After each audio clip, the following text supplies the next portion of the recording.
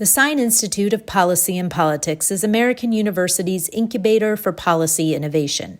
We convene leaders in the academic, public, private, nonprofit, and journalism sectors to engage and promote common ground and nonpartisan solutions. In an evolving world, we seize the opportunity to work on the nation's most pressing challenges through collaboration by experts and top scholars in their field with students in research and scholarship. As part of that goal, the Sine Institute leverages American University's location in our nation's capital, the nexus of government and a growing international business center. We connect diverse perspectives from around the country and around the world with our world-class academics and research, experienced practitioners, and the most politically active student body in the U.S. We stand apart through our focus on the role of business and the nonprofit community in public policy, the rise of the importance of economic regions in the United States, and international policy issues. Our focus is to make an immediate impact at the intersection of policy and politics that leads to real and lasting change. Thank you for joining us as we convene, communicate, and collaborate. And now introducing 2023 Sine Fellow, the Honorable Bill de Blasio.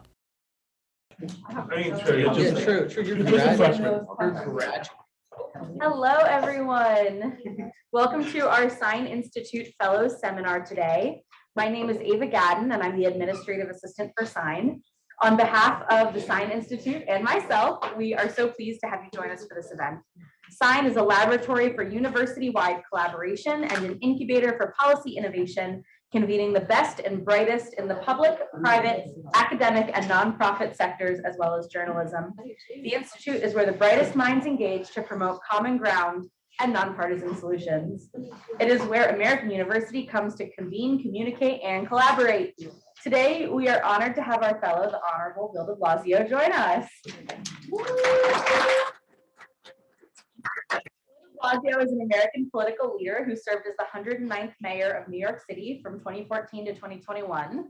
As mayor, de Blasio led New York City through the COVID-19 pandemic and created a groundbreaking initiative which ensured that early childhood education became a universal right in the 5 boroughs. Mayor de Blasio also successfully worked to reduce income inequality, provide affordable housing, respond to a growing climate crisis, and increase the city's minimum wage. Mayor de Blasio has also held the office of New York City Public Advocate, served on the New York City Council, and also served as the campaign manager for Hillary Rodham Clinton's successful senatorial campaign of 2000. Mayor de Blasio has joined us on campus to share his experiences and lessons learned when it comes to policy and politics and taking on the contentious issue of education while actually making progress. Through this, he will help us navigate through the making of universal pre-K in New York City, present the case for traditional public schools, and discuss fighting COVID while putting children first. Please welcome the Honorable Bill de Blasio. Thank you, everyone, and thank you for being here. And what I'm going to do is just talk for about 15 minutes and then open this up. And I want maximum participation, ideas, questions, critiques, whatever you got. So I'm going to start with a story, personal story, in 2 parts. Very quick.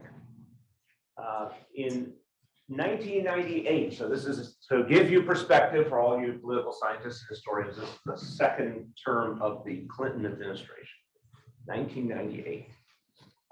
My wife and I, our child Yara was 4 and approaching pre-K age.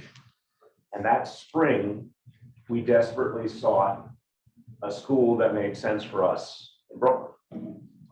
And we found, like so many other parents, that if you wanted an opportunity in the public schools, the problem was for pre-K level, there were too few seats, and a lot of times in the wrong places. And there was also this troubling reality of some schools, real or perceived, were thought to be really good, safe, academically strong, et cetera. Some, even in our immediate neighborhood, had a reputation of being a place that wasn't going to be so great for kids. So we encountered this reality, which I think is pervasive in much of America, certainly much of urban America, the quote unquote good school and the quote unquote bad school. Again, real or imagined. And we ended up really worried because we couldn't figure out a solution. The one we were zoned for wasn't so great. There was no guarantee of getting anyplace else. And imagine the most consequential thing in your life, what happens with your own child, especially a young child, and you don't have any power over it in the final analysis. There was a lottery, and the day of the lottery results, we're as nervous as we could be. We get the results, and our child gets into a very good program. And honestly, that has a huge impact on the entire rest of her life. But the lottery could have gone the other way. So the first part of the story is the recognition that for so many people in this country, education is a crapshoot. If you're lucky enough even to get a lottery or something you can participate in. That's 1998. As a result of this experience and other experiences, I run for local school board, I get involved in the community. And over the next few years, I noticed that some schools that were perceived to be not so great, problematic. Maybe they got a new principal, maybe some other things changed to support those schools. And within a few years, a couple of schools, everyone around me was saying, well, don't think about that school. Suddenly, the story had changed. And within literally a few years when we made our decision, one day I'm walking down the street, dressed like this, and a guy's coming up to me who identifies me as local school board member and just makes like a total beeline to me and grabs me by the arm. And he says, I need your help, I need your help. And he starts talking about one of the schools in our neighborhood, PS 107. And PS 107 had historically been, the whole word on the street was, this is a school that's just never gotten it together. It's not a place you want to send your kids. It's kind of a dead end. That was the word on the street when I started out. But even a few years later, when this guy grabs me by the arm and says, I need your help, it's because he wants to get his kid into PS 107. Because even in the space of a few years, it had gone from quote unquote bad school to quote unquote good school. Again, real or imagined. A school made a journey. And in fact, in this case, it proved to be, it was real. It was real in large part because of a new principal. It was real because there was a spirit in the school that they could actually overcome some of their past problems. They could attract parents back to the school, and a momentum was achieved within that school, kind of virtuous circle, where people started to believe in it and they brought their energy to it and parents got involved, and one thing led to another. Quote unquote bad school becomes quote unquote good school. Okay. That's 1998 and the years right after, and then fast forward to 2014, and in a way I never would have possibly imagined, I wake up on the morning of January 1st, 2014, and I am personally responsible for the public school education of over 1 million New York City children. So I went in the space of those 16 years from being a guy who was praying that maybe the lottery would cut my way to the guy being in charge of the whole godforsaken thing. The wonder and the mystery of democracy. But in that journey, the question became, could things change? Could we create at least the beginning of equality in our schools? Could we take schools that have been left behind, so often stereotyped, so often deprived of resources? They had the reverse of the virtuous circle. They had the negative momentum that the best teachers didn't want to be there, the most engaged parents didn't want to be there, and so many schools that didn't get a chance to flourish. Could we turn them around? Could they go the same journey as PS 107? And over these decades, I've continually come back to this question. And my thesis today is that, in fact, we don't even begin to understand how much can change in education in this country. We are kind of stuck as a country when it comes to education. We have lots of impassioned debates about which books are allowed in the library, or about curriculum that hasn't even really been applied in American public education, critical race theory, which became so huge in the governor's race in Virginia, even though it didn't exist in any public school in Virginia to speak of. Tons of energy in that direction. Of course, for years and years, a quote unquote divide between traditional public schools and charter schools dominated a lot of discussion. The reality of how we politically address education in America is we seem really good at talking about pretty much anything but the core question of how to create an equality of opportunity and achievement. And as a public school parent, by the way, I was the first New York City mayor in anybody's memory. Literally no one could identify when the last New York City mayor was who had a child in public school while serving as mayor. So this was always personal for me. I felt we were having the wrong discussion. I felt we had the wrong priorities. I felt there was a world of possibilities. And I'm going to give you some examples today that confirm to me, in fact, if we start to correct our dialogue, if we start to focus on the most essential things, we actually can make a huge amount of change. But this is a moment where I want to do some audience participation. First, very simple. We're going to poll the room. Question is, either you yourself or if you had children, your children, who went to or had a child who went to a traditional public school? Raise your hand. Okay, that's almost everyone. Now, I'm going to use this subjective term and I want you to come right along with me. It's all in your gut, heart and gut. Less mind, more gut. Was the school in question a good school or a bad school? Did you feel your school was good? Raise your hand. Worked for you. Who felt the school was not so good, not so satisfying? Okay. Okay, we're going to remember that. So what I found time and time again was this dominant categorization without an actual dialogue or set of facts to back it up. And this to me was so fascinating. It was out there in the parental discussion. It was like everyone was in on the secret, but without trying to figure out what it really meant and what could be done about it. And so when I became mayor, I said, what can we do that is most essential? And this is why I can actually say to you, in consistency with the title of this conversation, that I think there's immense possibility for change. The first thing that became clear to me from my own experience with my own daughter, but also from talking to just endless numbers of parents about their frustration, that same sense of powerlessness, that same sense that particularly at the earliest grade levels, there were the fewest choices. We went on a path in New York City to create pre-K for all. It worked. We had a previous conversation about it a few weeks ago. So I'll only summarize and say it worked. And then seeing it work, we went on a journey to have universal 3K, 3-year-olds. And that is not all the way to universal yet in New York City, but getting damn close and also working.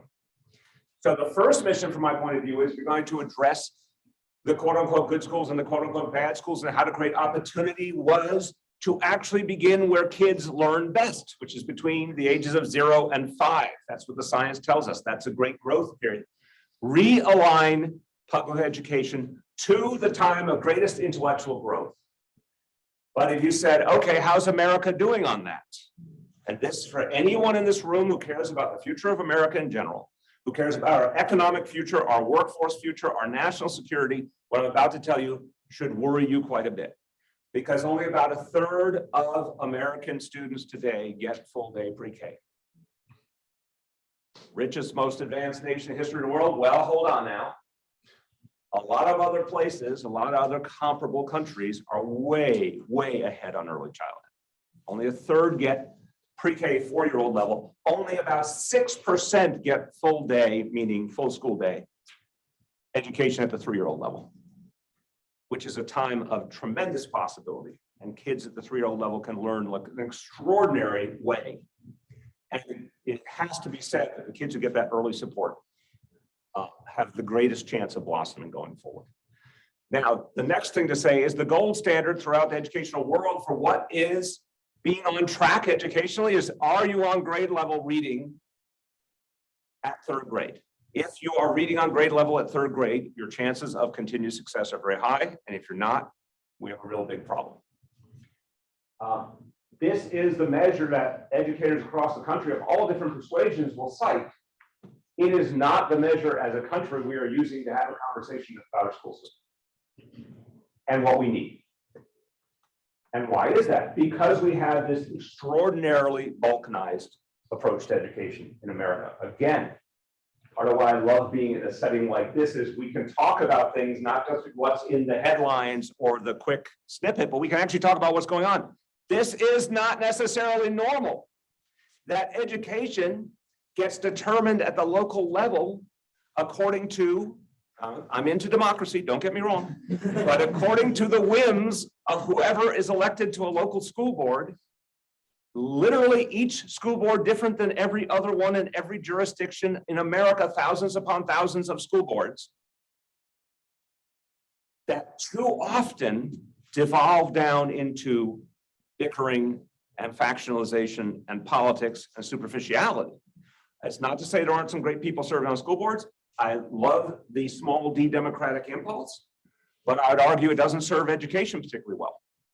In New York City, I'll tell you a couple of things we did. We were able to do big things. We were able to do pre-K and 3K for all.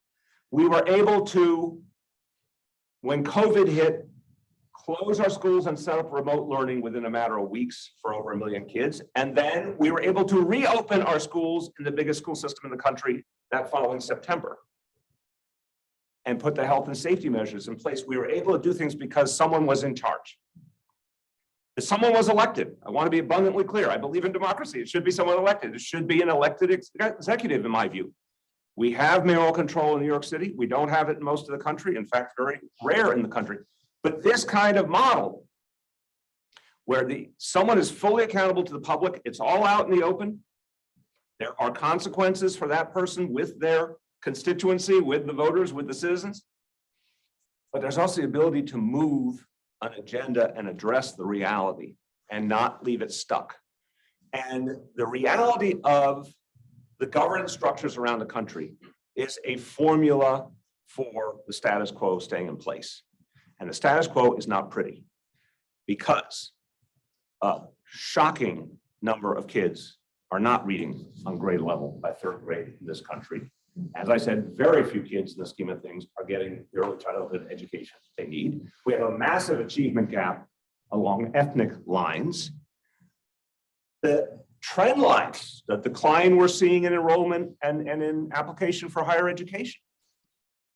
The trend lines are not good. And again, to all of you who think big, the future of America, these are economic and national security issues. Because if you do not have an educated country versus a world of other educated countries, I always say when a school board somewhere in America is bickering and failing to act, someone's smiling somewhere in China. And I don't mean that to be cruel or facetious. I mean to say we are in a pure competition with the other superpower. They are educating their children like it's nobody's business. It's a national imperative. We do not have a national education strategy. The way we developed, and look, as Americans, there's so many wonderful things about our country that come out of our history, that come out of the way our democracy developed. But we have to be honest about some of our byproducts of our particular history. Somehow it was decided that education, although yeah, there's money spent at the federal level, there's certain policies passed, education is not treated strategically in the United States, and it could be. And my point is, now I'm watching my clock. How many minutes I got? There, I'm wrapping up. My point here is, I experienced personally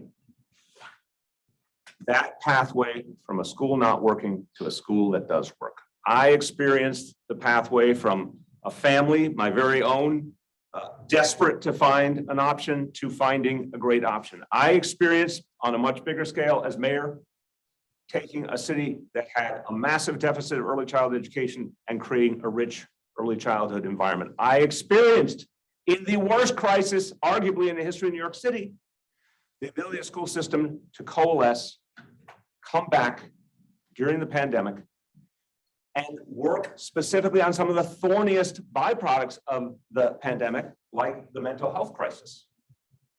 We put mental health professionals in every school, 1,800 schools, and we did a mental health screening for literally all million school children.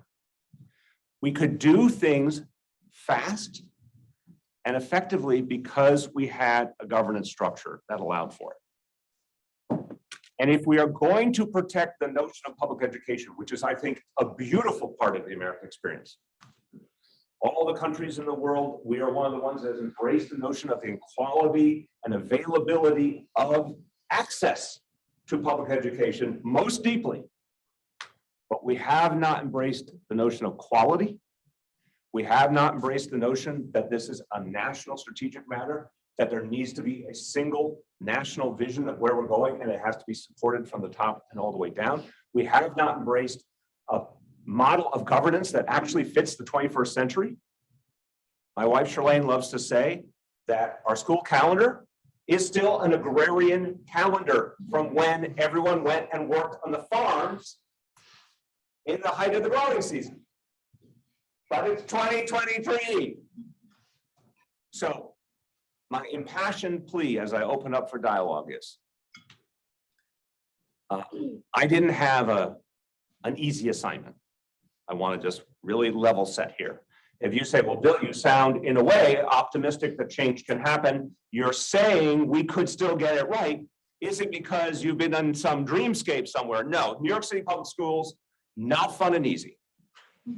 I guarantee you.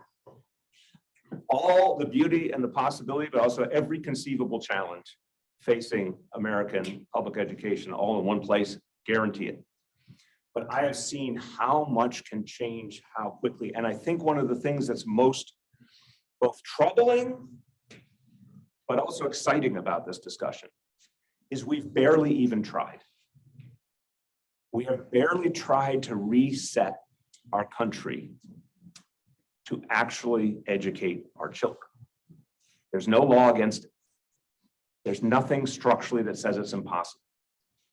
If the largest school system in the country, literally the most diverse place in America with the most contentious population, as I like to say, I represent 8.8 million highly opinionated people. If that place can get to mayoral control of education and actually make it work, your town can too, or something like it that allows for movement and change in this dynamic.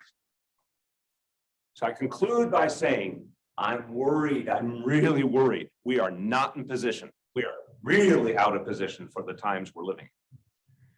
But we actually have the solutions within our grasp, if only we would imagine that we could get it right. With that, I open it to you. I have a really cynical take on why. I love it. I chose the cynic to lead off. I It just be one of these things where I paid you in advance. And you're like, that'll never happen. And then I say something stirring and then everyone's moved, right? I'll preface this by saying, like, I'm very compelled by your argument. And I do a lot of like student organizing, like specifically high school students on the issue of education, because that's like the first civic structure that kids deal with, right? So I'm all for, like, I'm inspired, but my cynical take is that I believe it's not. I think these issues are by design, right? The reason why we don't have an educated student body is because I think the government doesn't want kids to think critically, because once they start thinking critically, they'll see the power structures. And it seems to me that it's beneficial for the powers that be to keep a public that's ignorant. So is that something that you've encountered in your work? And yeah, I'm just curious to that to me seems like the behemoth that we need to. I mean, how dare you? Okay, yes, I've encountered it. No, I think there's a big element of truth in what you're saying. But here's where I think it gets really interesting really quick. I used to watch, we used to have a board of education in New York City. It was just a hot mess. And just years went by of incredible, stupid things happening, and a bunch of kids suffered. And you do not need to be a conspiracy theorist to say, it's not like there's a lack of talent in New York City. Like, this seems a little convenient. And I do think a lot of forces of the status quo, shall we call them, didn't particularly mind. Maybe it was what you say. I think that's maybe giving them a little more credit. I think it was a lack of concern for everyday people and working people and immigrants and people of color and you name it. And so long as there were plenty of folks to do the work and the work didn't require a lot of education, yeah, I could absolutely buy into the notion. Some people must have said, well, maybe an overly educated populace would be a little complicating. But I will now flip it and say, if you believe in small d democracy, of course, you should want most educated people. If you want people to live good lives, especially with the demands of this century, you want more good educated people, but well-educated people. But the problem now is, even if you are taking the most cynical view of what the power structure is and what they want, right now they're headed to an iceberg because we are not even close to developing the workforce of the future. And again, that should be seen as a national security issue on every level. But on top of that, if you don't like the instability and the division and the angst and the sense of hopelessness and the fentanyl use and everything else, goes right back to the insufficiency of our education system. So maybe you were right once, and maybe that was connected to an abundance of jobs and a way of making a decent standard of living. It totally doesn't work now. And even a cynical person, they're going to screw themselves in that equation if they don't address it. Who else? Please. Hi, good evening. Well, good afternoon. I'm going to say, your idea of evening, what time zone are you on? Not even lunch yet, damn it. Thanks for being here. First of all, I really appreciate you. My name is Chloe Wilson. I'm a second-year master's candidate at the School of International Service. So I guess my question is kind of jumping or in that same cynical, but I think also realistic perspective, because the outputs, and you were talking about, you know, the school boards and stuff, these are kind of the results of like jurisdictional gerrymandering. And that's kind of like a systemic issue, and the byproduct that you're talking about in terms of like these issues that we see, these patchwork of policies, like how did your specific governance structure address that? And how could that be implemented in different areas where you see that jurisdictional gerrymandering happening? Well, I think it's a great question. And I would say you're absolutely right about the gerrymandering has become like rampant and is dangerous. And on top of what it means in electoral politics, you're absolutely right. It has really profound ramifications for who gets what service, who gets what resources. But I would argue the governance issue in some ways supersedes it in the sense of you can apply a single executive or single decision maker model in any kind of jurisdiction. And I truly believe you're going to improve the outcomes, because right now, the absence of direction, absence of agreement, absence of accountability that is created by the board structures. And again, don't believe me, just look at the statistics about American education. That is the prevalent governance structure. American education is not succeeding. Let's put these two facts together and say, maybe we need to try a different approach. What I think happens, especially in a time of, I hope, a little more enlightenment and a lot more flow of information, social media, et cetera, people a little more finding their voice to fight back. If you put responsibility in a single place and it's evident where it is, I think accountability, at least in some measure, starts to happen. And resource decisions can be played out in a different way because someone can be held accountable if there is an inequality of resources. So I hear you on jurisdiction, but in our city, for example, we had 32 local school boards in New York City. And beyond the chaos, beyond the corruption, beyond the inefficiency in serving children, those issues that you are bringing up were magnified. To the extent there was power aligned to traditional wealth, race, et cetera. When we had a unified system of a single leader for the whole city, it actually gave much more possibility for questions of equality to be raised. And I mean, the whole reason I got elected was calling the question on rampant inequality. That would never have happened over 32 school boards. It just wouldn't have and couldn't have. So I think our example is a powerful one. And look, New York City is its own environment. I'm not trying to say everything works everywhere, but I would argue to you that the second the public knows who they're directing their energies towards and can organize as such, a world of possibilities opens up. Who else, please? So although I agree that strong leadership is certainly necessary in reforming our education system, I would argue that one of the biggest barriers is the fact that so many of our public schools are funded by fundamentally inequitable systems like local property taxes. How did you overcome those barriers when you were mayor, and what like solutions or suggestions do you have to overcome those in other spaces? Well, it's an excellent question, and it's an excellent time to be asking your excellent question, because we just saw, I don't even think it's getting the attention it deserves. We saw the Congress, the last Congress, and this president move resources in the most unprecedented manner. You have to go back to the Lyndon Johnson administration to find anything parallel. And that is my point in saying, you would have thought at a time in history where we're supposed to be so divided and everything's supposed to be so impossible, and we've been used to divided government in the White House and the Congress, this kind of golden moment occurred to remind us that big things can happen rapidly. And one of the big things that should happen rapidly is changing our entire investment structure around education. Because, for example, we never hesitate to increase military spending very quickly. And we've invested trillions in recent wars, which now obviously are getting a lot of reconsideration. So the money has always in one way been there. The ability to make rapid change now in a more constructive fashion has been proved as recently as last year. We need a different investment structure. And by the way, to the credit of President Biden, the fact that he is the first president to truly forward the notion that 4-year-olds and 3-year-olds have a right to universal full-day free education. That's a very important thing. I wish it had passed. I know he tried hard, but the fact that it even got to the launching pad is transcendent.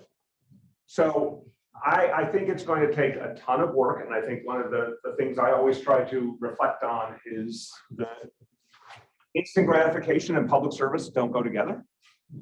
But positive outcomes in public service do go together. And for a lot of us in New York City, it was decades in the making to get to some of the changes we got to.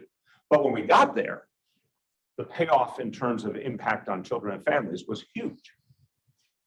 We didn't have the property tax problem because we aren't dependent on that. But the last thing I'll say is we did use political power as a tool to support our children, because I ran on a platform of much greater investment in education, particularly early childhood. That created a critical mass that forced the hand of our legislature. So can that happen everywhere? No, although anyone is going to say, well, red states, look at the red states during the recent teacher strikes over the last 4 or 5 years. And look how quickly they increased teacher pay. Not massively, but places where that was supposed to be politically impossible, when the heat went up to a certain level, there was movement. Which is a reminder, everything is about educating the public and mobilizing the public. Yes. Thank you again for being here.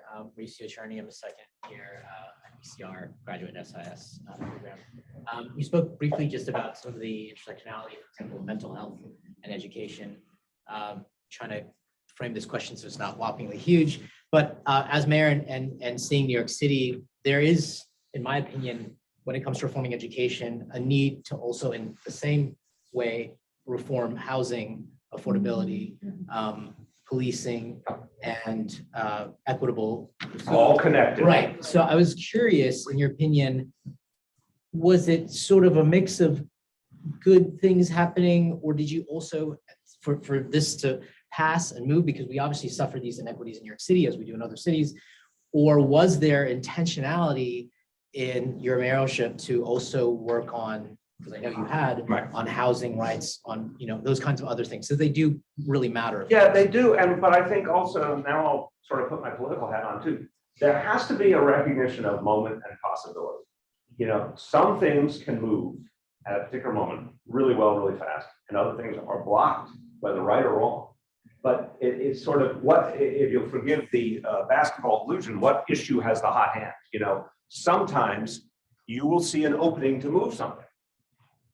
I did intentionally think the problem was inequality, economic and racial inequality. And we had to approach it, education, housing, policing, yes, across the board. The pressure points and the opportunity areas varied across all of them. But one of the things I felt about education, because when people get into an intersectional discussion with me, I like to point out the difference in each of the pieces of the intersectional puzzle. Changing the affordable housing picture is decades of work. And I'm not saying don't do the work. I'm saying do not delude yourself. This one is gigantic and structural and kind of all the rules of the free enterprise system and just physical realities, infrastructure. This stuff is really, really hard. Putting together, we went from very, very few kids overall in full day pre-K to everyone in full day pre-K in 2 years. So the point being, that was one social equity action you could take that could be fast and high impact and had a big multiplier. I embrace intersectionality as a worldview, but not all the trains are running, express. This side. Yes. I'm a former ESL student, still ESL student. I went to an IB high school. I was privileged enough to go to IB high school. But I wanted to know that cynical view type thing. Is it too late for America? It's the cynic tag team. Yeah, I mean, is it too late for America? You have teachers that are educated within the system that you're talking about, teaching kids that have to take standardized tests. And I myself was a byproduct of just push kids along and make sure they don't fail. And especially as an ESL student, there were many gaps in the teachers being able to communicate with me and even teach me English.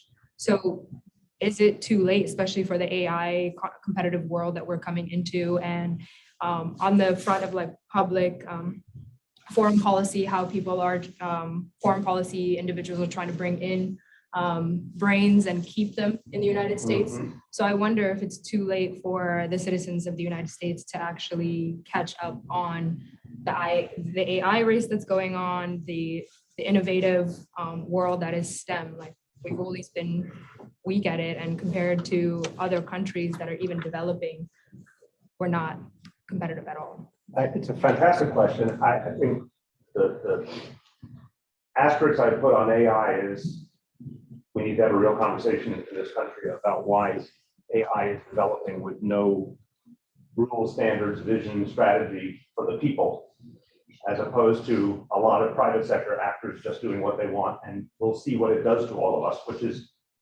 not unprecedented, but with the ramification here, close to unprecedented in my view.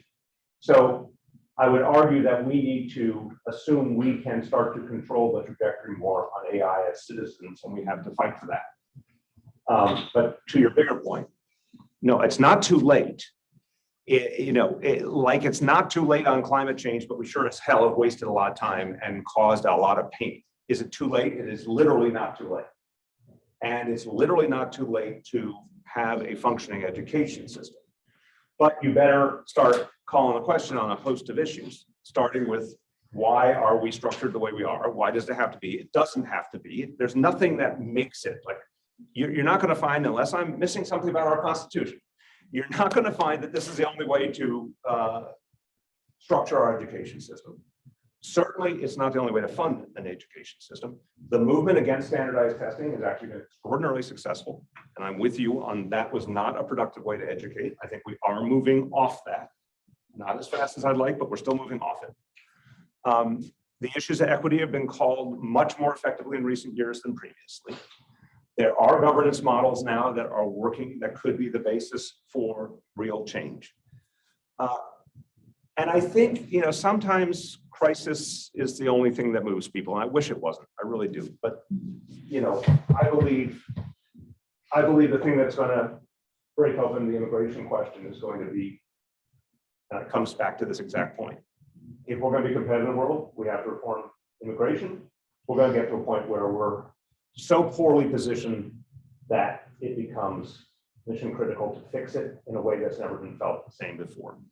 That will also contribute, I think, to improving education and improving our capacity as a country. So I do not think it's too late. I also think as someone who's trying to be a change agent, the minute you start thinking it's too late, the status quo wins. So I literally don't think it's too late. And even if I did, I wouldn't let that idea. I'm Liz. I'm a staff member, also a parent. I went through, along with my siblings, Detroit public schools, and now we're all educating our kids. A little louder for everyone. My brother thanks you for paying for pre-K for his daughter in I Brooklyn. wrote the check personally. So my family is hugely pro public school, and I think where I get a little bit sad is comparing my kids' experience to their peers in very expensive private schools where there's this abundance of creativity. And I come from a family of artistic people, and I kind of wondered what role, you talked about the importance of education from 0 to 5. And as a parent, that's a lot of pressure knowing these are these precious years. Yeah.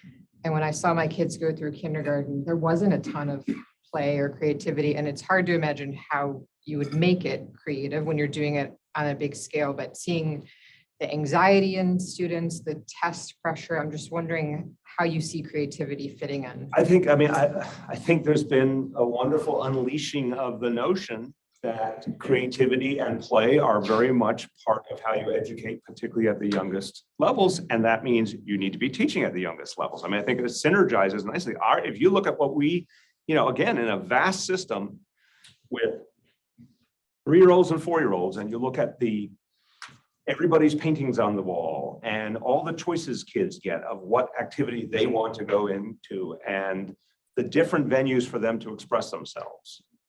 In the biggest school system in America, with all of our structural challenges, of course it can be done. And I think it's like the point about standardized testing. I think we all have to help it, but if you take the big picture of say 20 years ago versus now, we are moving rapidly away from an over-reliance on standardized testing, and we're moving towards a greater focus on creativity. Making that consistent, it kind of goes back to my thesis. Is it consistent in America? It's not even possible to make it consistent in America because we have no context for a national strategy. And we have to get to one. And by the way, to be able to do what you're saying, you need to bring along a whole generation of positive, nurturing professionals who want to do this work. Right now, as everyone's seeing, and obviously COVID was the precipitating event, but it was not the only factor. We are experiencing a major teacher shortage. It is particularly bad in rural areas and certain parts of the country. Again, what is more important to your national defense? I'm not against spending the right amount of money for physical military defense, but that doesn't do you a whole lot if you have a fundamentally uneducated nation that can't handle technology and doesn't have enough people to maintain the military defense, let alone everything else that should make up our economy and our lives.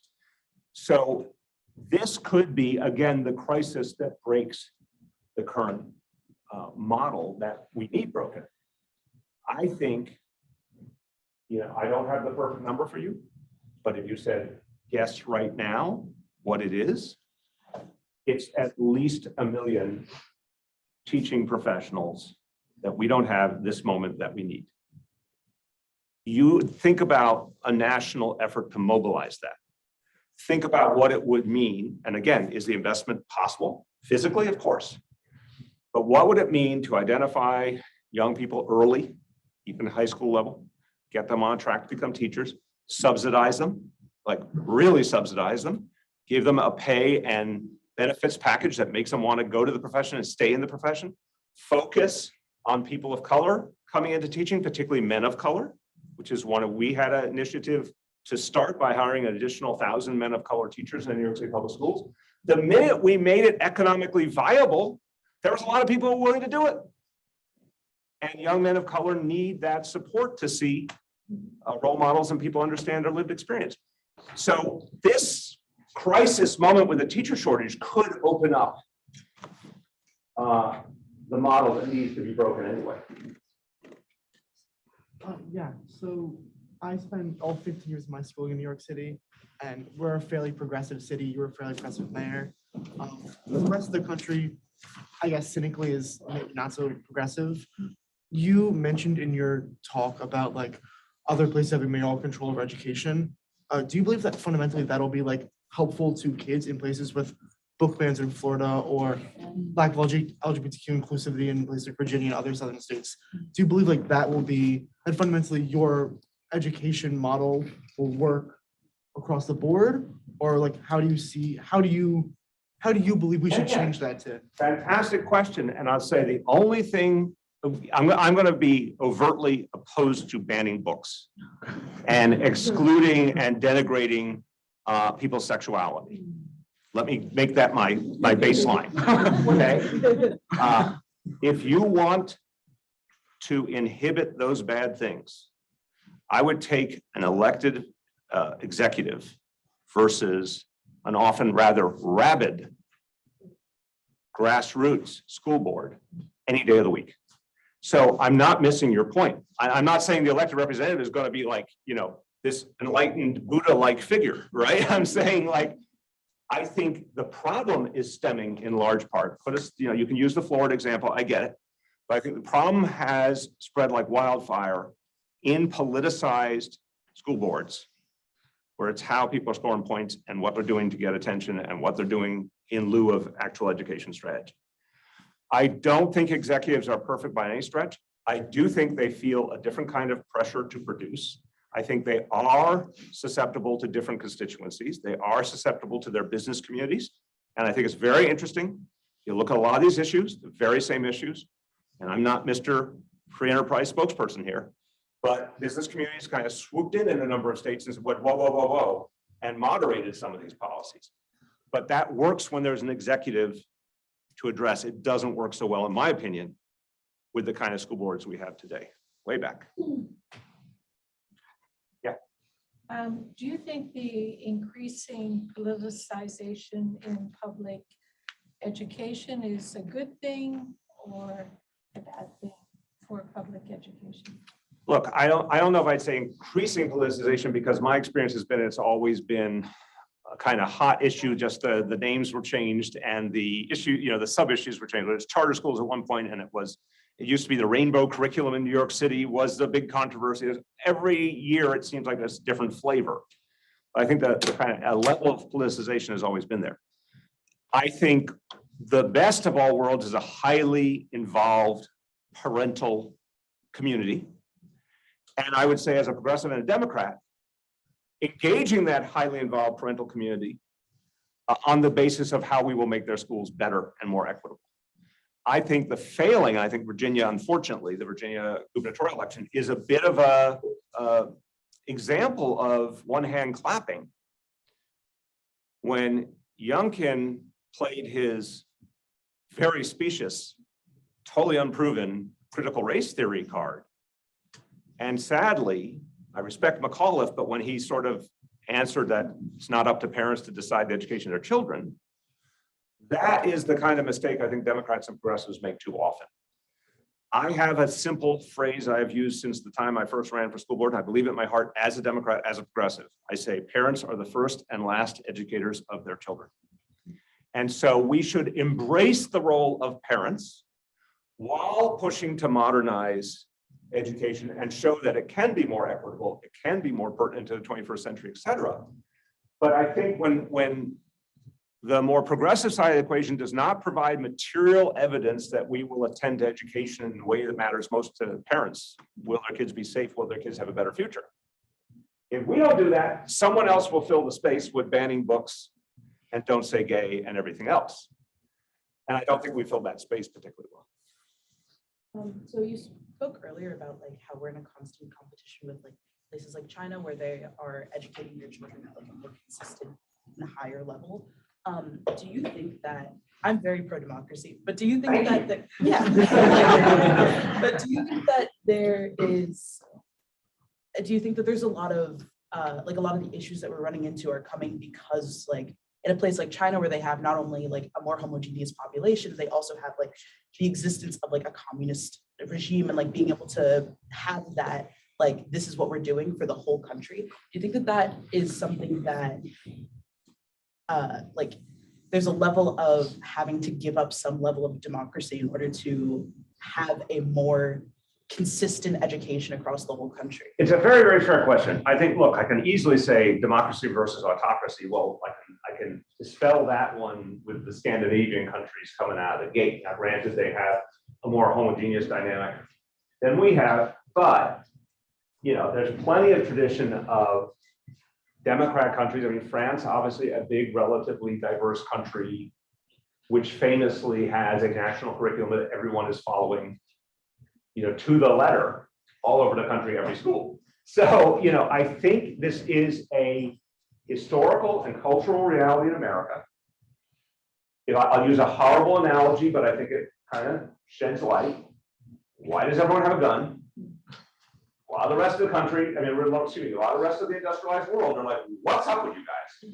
Why does everyone have a gun? Well, colonialism, frontier dynamics, lots of reasons that became the American reality. I don't love it, but it is authentic in its own way.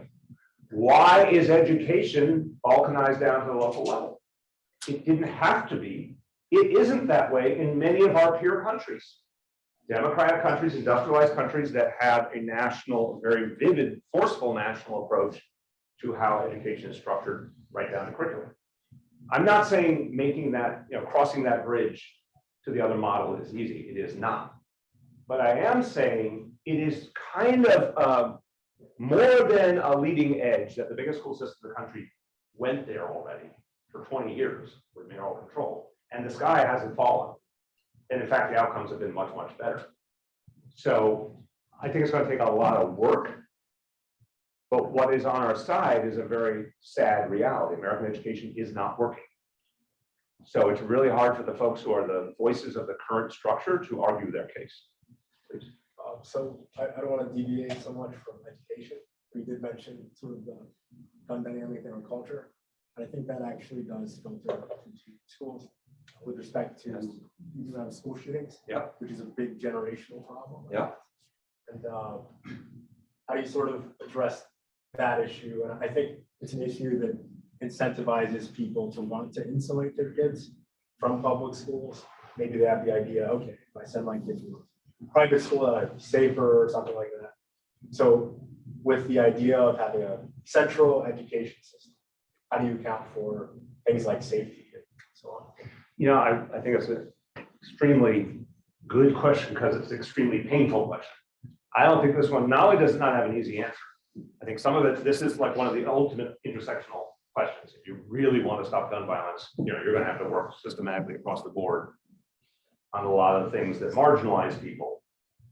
Now that said, I think the most powerful examples I've seen of both addressing students' fears and addressing community anger and frustration with violence came from the same exact place. The best solutions came from the community. And I'm almost going to flip the script here. I'm calling for a more national coordinated effort to education.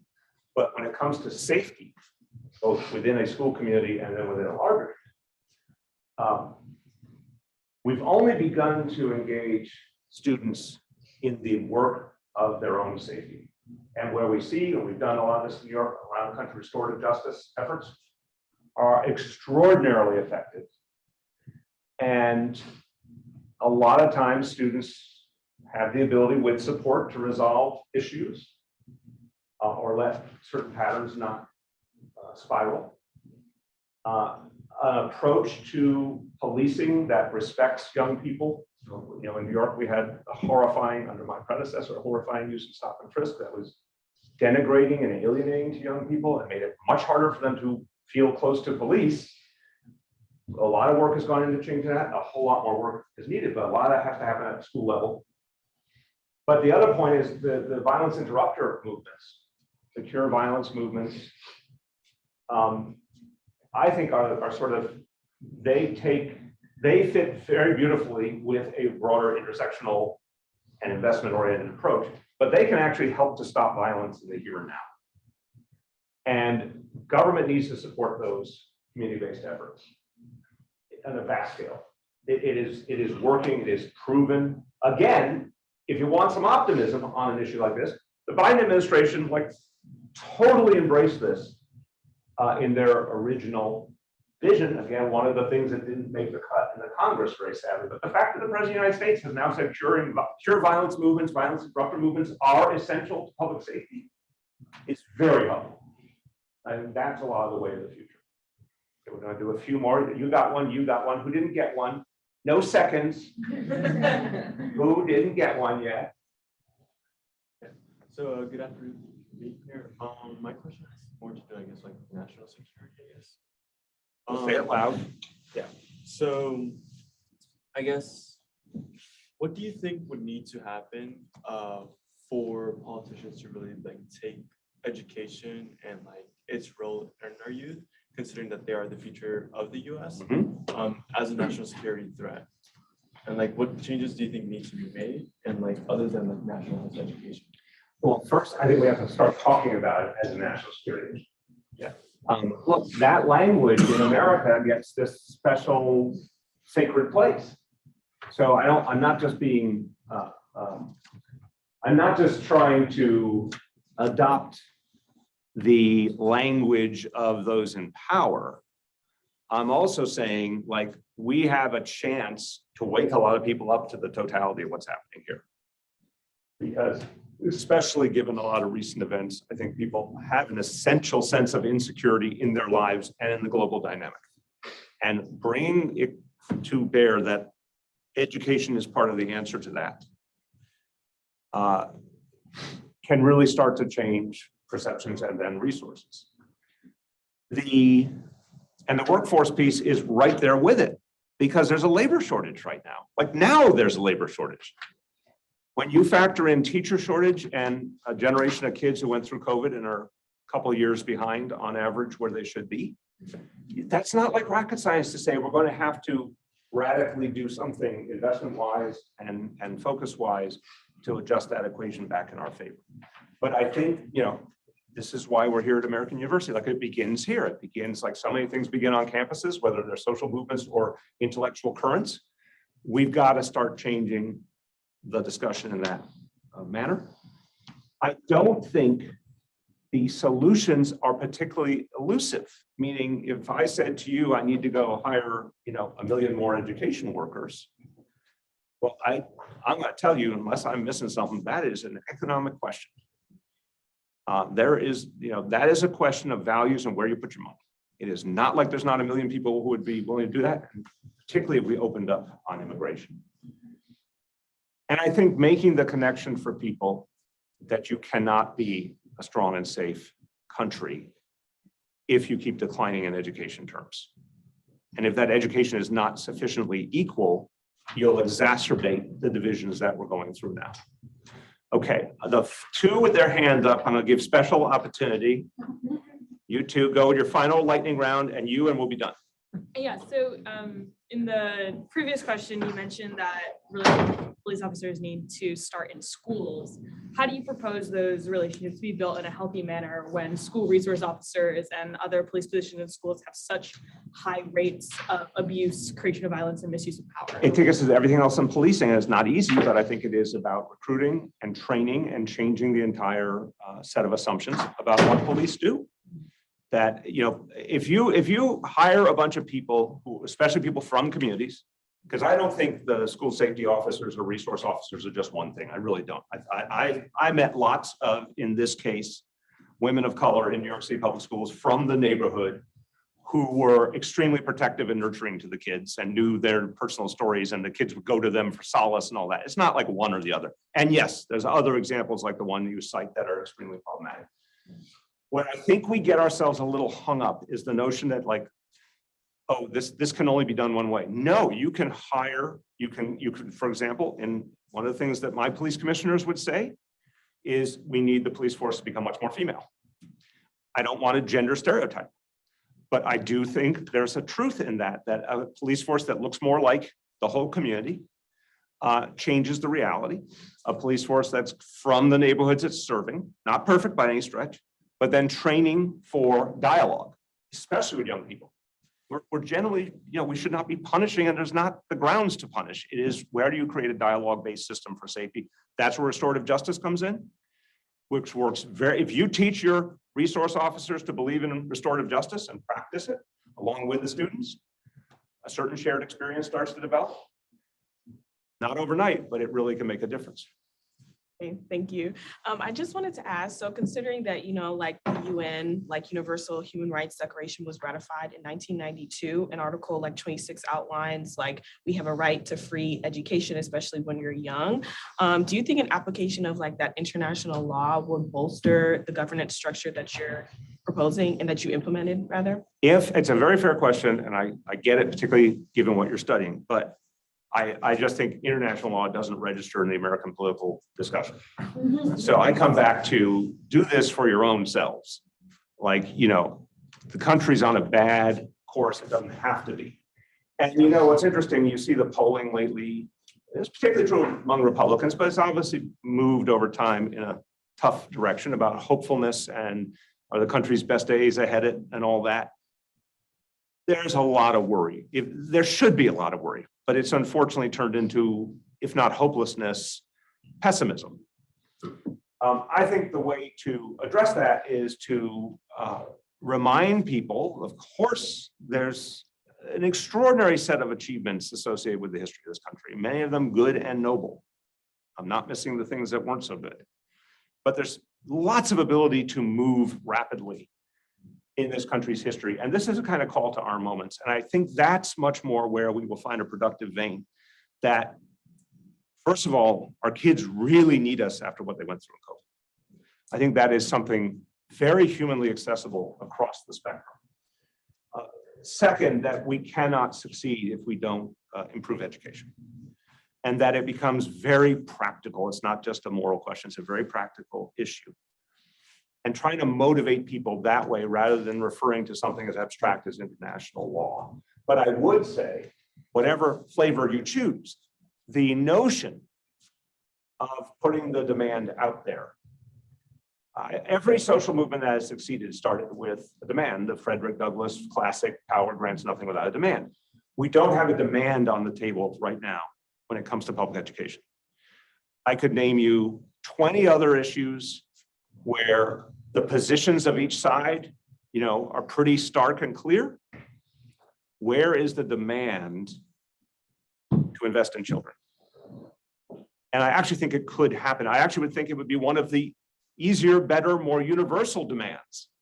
But we've got to figure out the politics and the community organizing approach that brings it to the fore. So you kind of talked about how empowered teachers create like a culture of change within schools and how they can really work from the ground up to make change in schools. But how do you think they can, bridge that gap in places like Florida where teachers don't want to go there because they're being stifled and they can't really create that grassroots change when they have such like top-down pressure on them to educate in one certain way? Excellent and painful question. Nothing I'm saying do I think is easy. Everything I'm saying I think is hard but doable. But the Florida equation to me, again, I hate when crisis is the answer, but there is a crisis coming for Florida. When there's not enough teachers to educate kids, I'll tell you, a lot of folks who are very mainstream, who might even call themselves conservatives, would be really pissed off if the water didn't come on when you turn the faucet, or electricity didn't come on, or there's no teacher in their child's classroom. And I do think that's where we're headed because of the larger teacher shortage, but exactly because of what you say. If teachers feel threatened or disempowered and they start voting with their feet,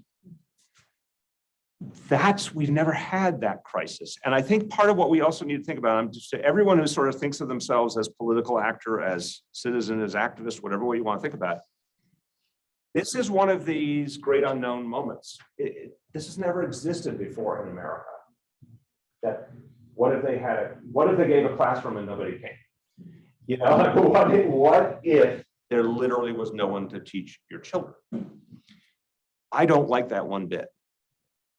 But in that crisis is a very interesting door opener to a redefinition.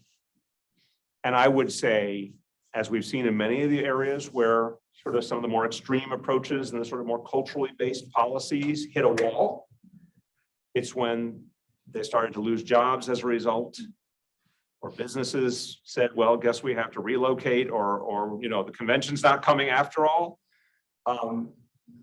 Those moderating influences are always available, but this one's going to be much more personal. Well, thank you, everybody.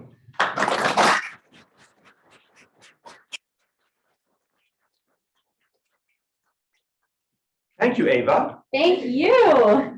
Thank you all so much for joining us today. We have another seminar session with Mayor de Blasio, as well as a career conversation as part of our career conversation series that will be happening later in the semester. We also have lots of other seminars coming up, so please check out on our website or our social media. We have 2 more seminars today. We have Governor Doug Ducey coming to share with us at 4, and we have Alita Garcia at 5 with a wonderful panel on immigration. We even have Terrence Samuel coming in tomorrow. So please take a look at everything that we have on offer.